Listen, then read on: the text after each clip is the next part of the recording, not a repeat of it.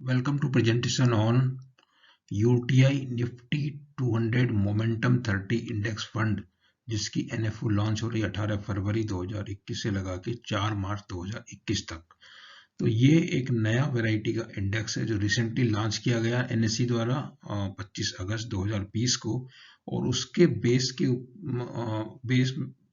बना के ये फंड इंडेक्स फंड लॉन्च किया है UTI म्यूचुअल फंड ने। तो हम इस प्रेजेंटेशन में इस इंडेक्स को जानने की कोशिश करेंगे और कैसे निवेशक इस फंड में निवेश करके अपना जो है इंडेक्स फंड के बेनिफिट लेते हुए हाई रिटर्न जनरेट कर सकते हैं। इस बात की इस चीज़ों को संबंधित जानकारी इस वीडियो में शेयर की जा रही है। तो स्टार्ट करते हैं स्टैंडर्ड डिस्क्लेमर के साथ। Fact, figure and opinion in the presentation video are based on information available in different agencies and public domain and published in good faith.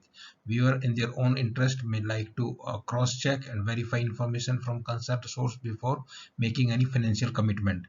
Stock market investment are subject to market risk. Consult your financial advisor before committing any money. तो सबसे पहले जानते हैं Nifty 200 momentum 30 index के बारे में। तो ये इंडेक्स है जो ट्रैक करती है performance of 30 high momentum stock which are part of Nifty 200 index. और इसमें है उस हाई मोमेंटम स्टॉक को एक्सपोजर लेने के लिए जो कि लार्ज कैप और मिड कैप स्टॉक जो है पार्ट होते हैं निफ्टी 200 का, उनमें से 30 हाई मोमेंटम स्टॉक में एक्सपोजर लेने के लिए ये इंडेक्स जो है एक आपको प्लेटफॉर्म प्रोवाइड करती है। इंडेक्स एज यूजुअल NSE की है, तो maintain by NSE industry limited जो सब्सिडी NSE की। 1000 बेस वैल्यू था 1 अप्रैल 2005 को, जबकि इंडेक्स लॉन्च हुई है 25 अगस्त 2020 में। ये 25 अगस्त 2020 को लॉन्च हुई है। Index is reviewed and rebalanced semi annual basis June and December. और जो है इसमें क्या है कि ये जो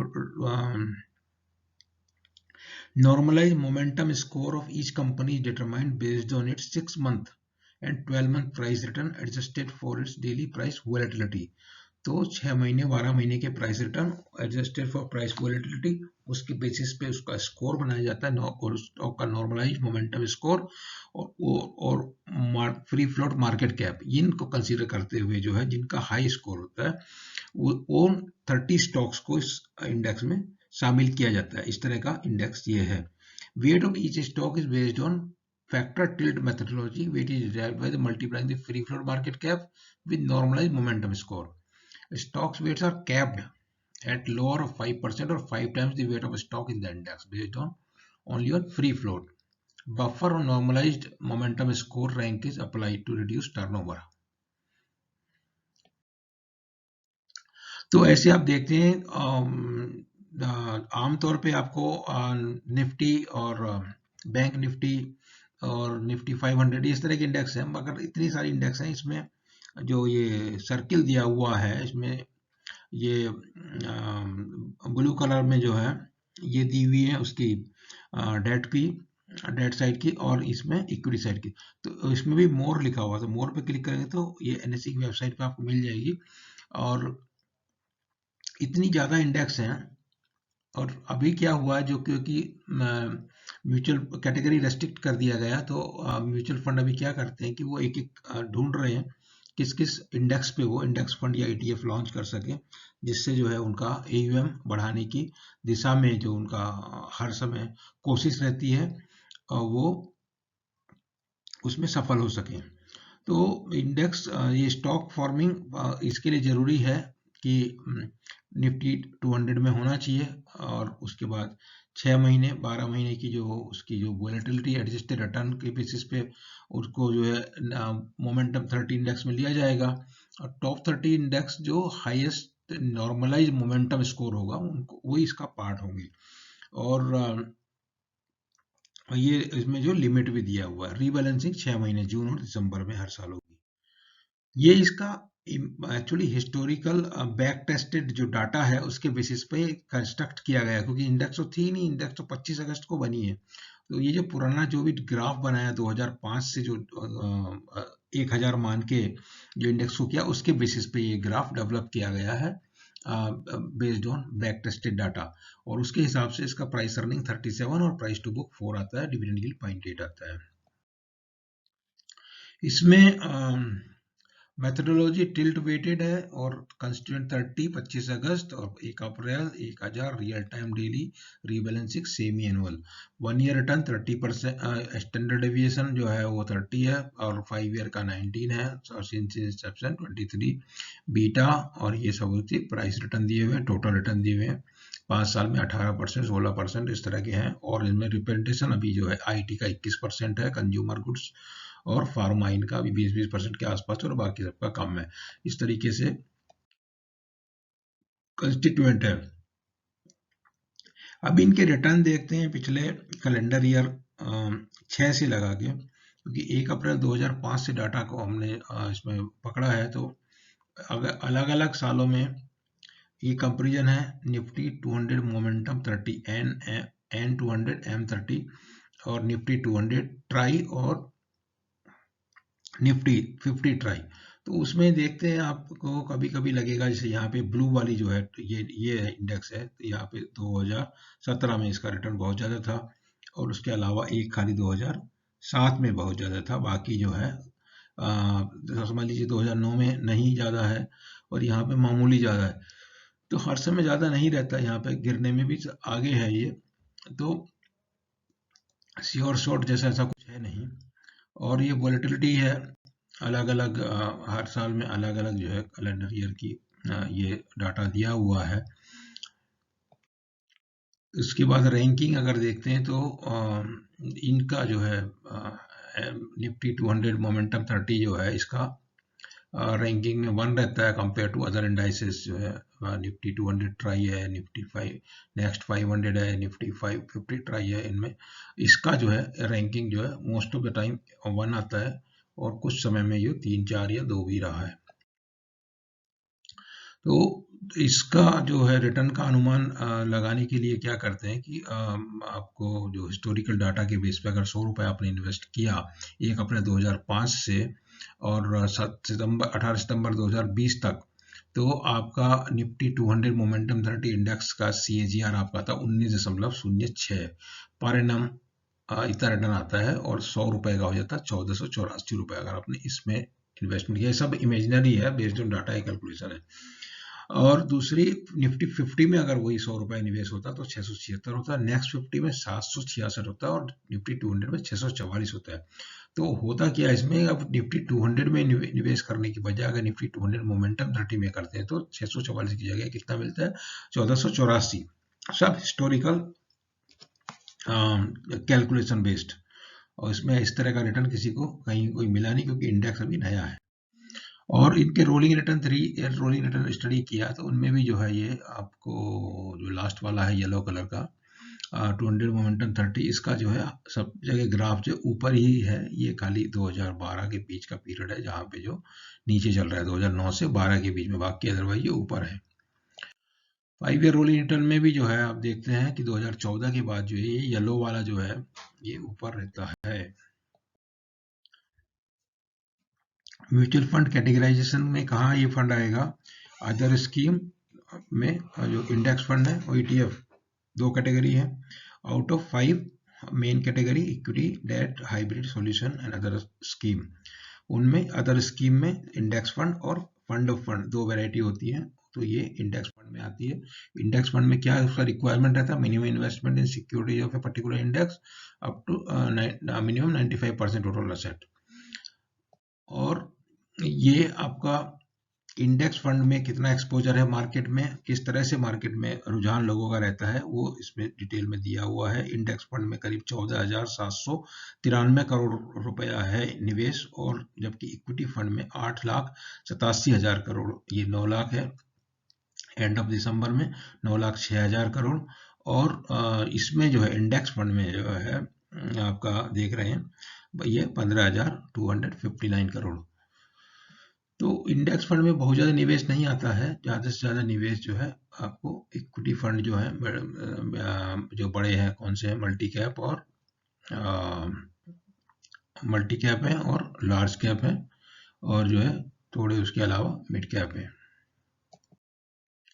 ये जो फंड हाउस हैं अभी टोटल 44 का इनमें डाटा दिया हुआ, उनमें से 4-5 बड़े बड़े हैं और ये यूटीआई भी बड़े में से ही एक है, बहुत बड़ा नहीं है, 1,65,000 करोड़ है, तो टॉप 10 में आएगा, टॉप 5 में तो नहीं है। As usual this fund will track Nifty 200 momentum 30 index और जो बेंचमार्क है निफ्टी 200 मोमेंटम 30 टीआरआई। तो इसके अलावा जो है जो मिनिमम इन्वेस्टमेंट 5,000 1,000 वो सब है। और इसके बारे में मोमेंटम इन्वेस्टिंग क्या होती है थोड़ा सा यहाँ पे समझाने की कोशिश किया गया। In general a trend is brought upward और downward movement of stock price. Upward movement are called as uptrend, downward are called as downtrend. Momentum investing broadly refer to capturing the trend in movement of stock price and going along with general opinion of the market with an underlying belief that prices are true reflection of investor reaction to the publicly available knowledge. तो और दूसरा है कि at its core momentum based portfolio is constructed believing that investments that have performed relatively well continue to perform relatively well and those that have performed relatively poorly continue to perform relatively poorly. तो ये momentum है। Momentum का मतलब ये है कि अगर बाजार जो है चढ़ रहा है तो चढ़ा रहेगा, ऊपर ही जाता रहेगा, और इसके लिए अगर गिर रहा है तो गिरता, मतलब वो बाजार की दिशा में, बहाव में के साथ में रहना है, ये इसका मतलब है बेसिकली मोटा मोटी। Momentum is the tendency of investment to exhibit persistence in their relative performance. It is about riding an established trend. Trend reversal वगैरह में विश्वास नहीं किया जाता, और एस्टेब्लिश ट्रेंड जो है अभी अप ट्रेंड है या डाउन ट्रेंड है, उसी के साथ में रहने के बारे में इसमें बात है। और एम्पिरिकल रिसर्च जो है I share MSCI USA momentum factor ETF एक है, इसमें जो है इतना 14 बिलियन डॉलर AUM है इसका, जो बड़े बड़े फंड हैं। इन्वेस्को का है ये DWA मोमेंटम ETF और Invesco S&P mid cap momentum, ये फंड हैं ग्लोबल जो है मोमेंटम कैटेगरी में आते हैं। उसमें यूनिवर्स जो है कंपोनेंट निफ्टी 200 का है, उसमें स्टॉक ओनली डेरिवेटिव उनको एलिजिबल होते हैं, स्टॉक के ऊपर डेरिवेटिव अवेलेबल है। Top 30 stock based on momentum score selection होगा तो 30 को बनेगी तभी। उसके बाद रिवेलेंसी सेविंग एनुअल होगी, और वेट जो है बेस्ड ऑन टिल्ड मेथडोलॉजी। वही चीज दोबारा से है, universe top 200 company effective universe stock that are part of derivative segment top 30 Z score and free float market cap into normalized momentum। इसमें कुछ सेक्टर की, pharma sector, auto sector, oil gas, इनका जो है नॉर्मलाइज्ड मोमेंटम स्कोर दिया हुआ है, उसके हिसाब से रैंकिंग किया हुआ 5 नंबर 11 14 इस तरह से ये। Currently index is overweight on IT, consumer goods and pharma sector, whereas underweight on financial service. This shows that portfolio drift towards sector which have shown strong momentum in the recent past. पिछले 6 महीने का क्योंकि data पकड़ता है तो वही है, पिछले 6 महीने में आपका कंज्यूमर गुड्स, फार्मा और IT पे ज़्यादा था, और अभी फाइनेंशियल में ये अंडरवेट है। लेकिन अभी जो ट्रेंड चेंज नज़र आ रहा है मार्केट में, तो फाइनेंशियल का खासतौर से PSU में और NBFC में जो हुआ है अप ट्रेंड, तो उसको कैप्चर करने में इसको टाइम लग जाएगा, क्योंकि इसका रीबैलेंसिंग तो 6 महीने बाद होता है। ये प्रॉब्लम एक है।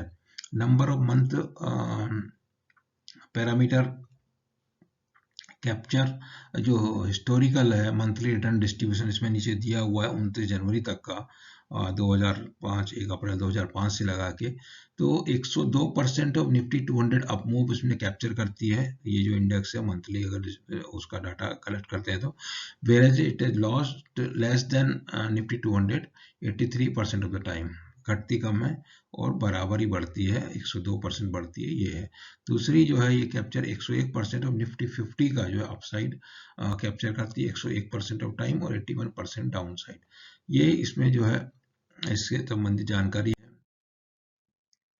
और अगर ये डाटा हम लेते हैं 29 जनवरी तक का, जो इनका जो कितना हुआ 2005 से, रिटर्न 1 अप्रैल 2005 से इंक्लूडिंग डिविडेंड, मतलब total return index 16 times as compared to Nifty 200 growth of 12 times and Nifty 50 growth of 8 times. Nifty 50 8 गुनी बढ़ी तो 1 अप्रैल 2005 से 29 जनवरी 2001 तक, जबकि ये जो है निफ्टी 200 12 गुनी बढ़ी और निफ्टी जो है ये मोमेंटम 30 ये 16 गुनी बढ़ी है। तो उसमें जो है एक 10,000 का जो है यहाँ हो जाता है इतना 80,000 और ये 1.21 और ये 1.57। Comparatively index is perform well across time period. अब देखिए 1 साल में, 3 साल में, 5 साल में, 10 साल में, पॉइंट टू पॉइंट आप देख लीजिए, या फिर ओनली 3 आउट ऑफ 16 कैलेंडर, अगर कैलेंडर ईयर वाइज देखते हैं तो अंडर परफॉर्म 3 साल में, 16 साल में से 3 साल में अंडर परफॉर्म किया है। 3 इयर्स मंथली रोलिंग रिटर्न में आपको नेगेटिव मिलता है काफी, और जब आपको 5 ईयर में है तो नेगेटिव जो बहुत कम हो जाता है चांस, ये मंथली रोलिंग रिटर्न माइनस आने का संभावना कम हो जाती है, और लंबा ड्यूरेशन होने से वो और भी बिल्कुल नगण्य हो जाती है। तो टाइप ऑफ स्कीम के बारे में, फंड के बारे में जानकारी ये है कि ओपन एंडेड स्कीम है, नाम है निफ्टी 200 मोमेंटम इंडेक्स 30 इंडेक्स। उसके बाद रेगुलर डायरेक्ट प्लान है, ओनली ग्रोथ, इसमें डिविडेंड प्लान, इंडेक्स फंड में डिविडेंड प्लान का कोई मतलब नहीं होता है, और एंट्री एग्जिट लोड नील है। इम्पोर्टेंट डेट एनएफओ ओपन 18 फरवरी, एनएफओ क्लोज 14 मार्च और स्कीम रीओपन 12 मार्च। मिनिमम इन्वेस्टमेंट 5,000 और उसके बाद 1 रुपया, और सब्सिक्वेंट इन्वेस्टमेंट 1,000 और मिनिमम टिप 1 रुपया।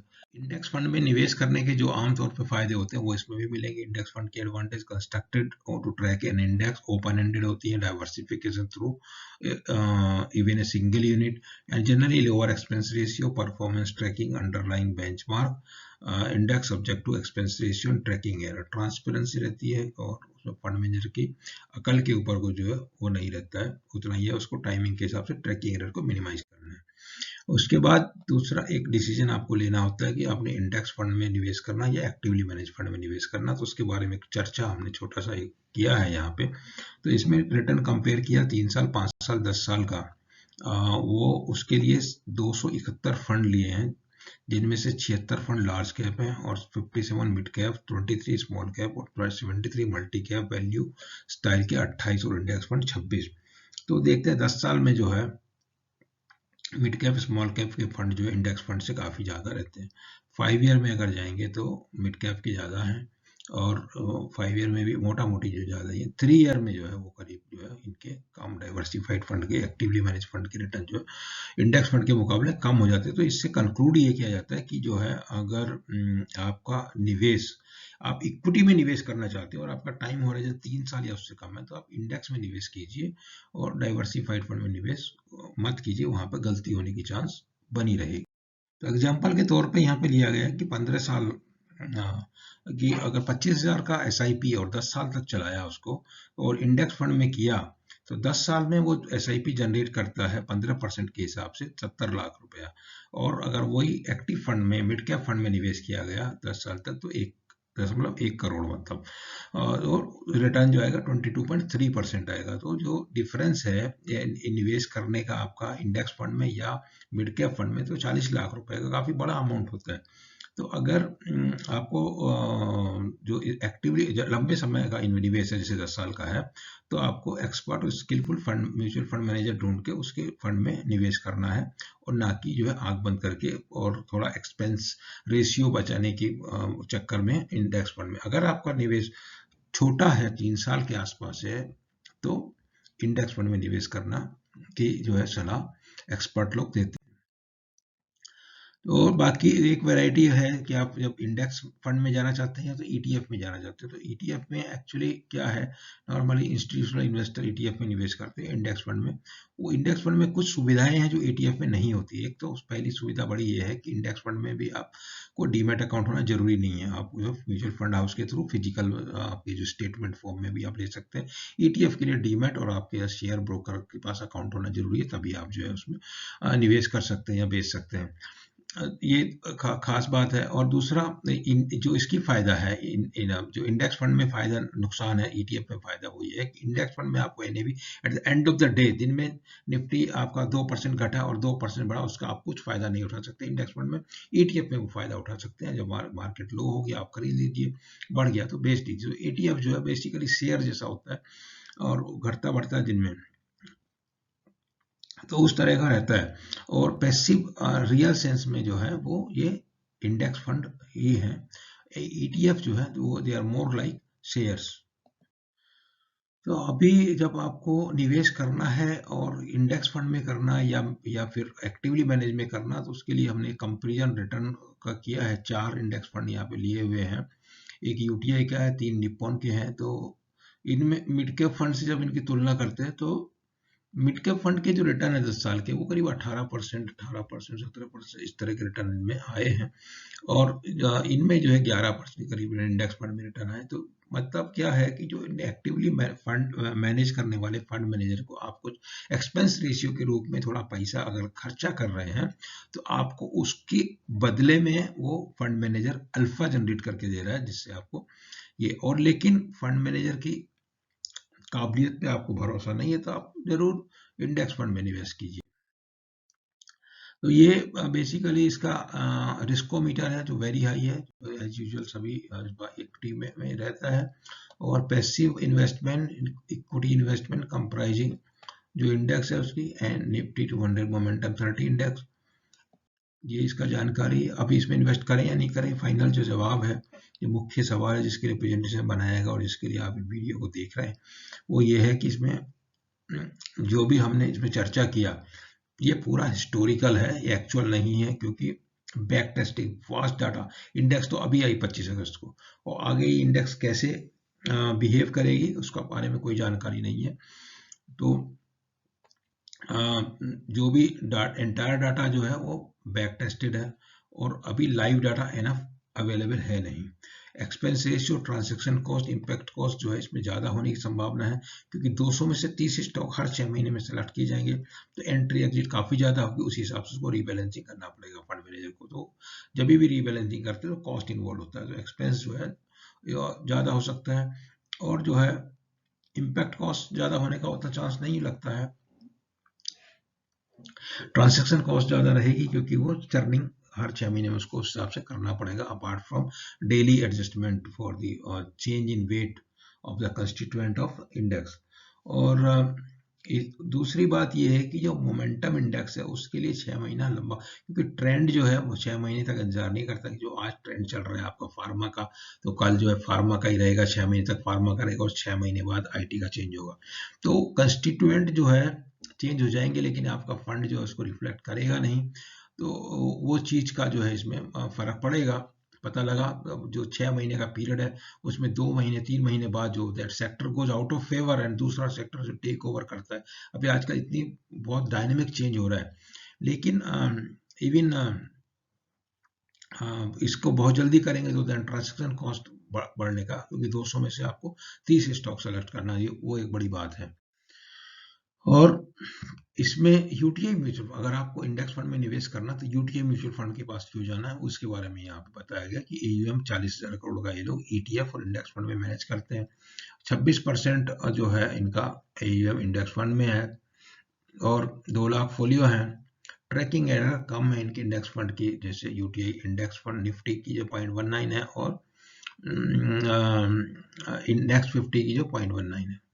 और डेडिकेटेड फंड मैनेजर रहेगा। नॉर्मली क्या, एक फंड मैनेजर को 10 फंड मैनेज करने के लिए देते तो सब पे ध्यान नहीं दे पाता है, डेडिकेटेड फंड मैनेजर लगाया हुआ है ये।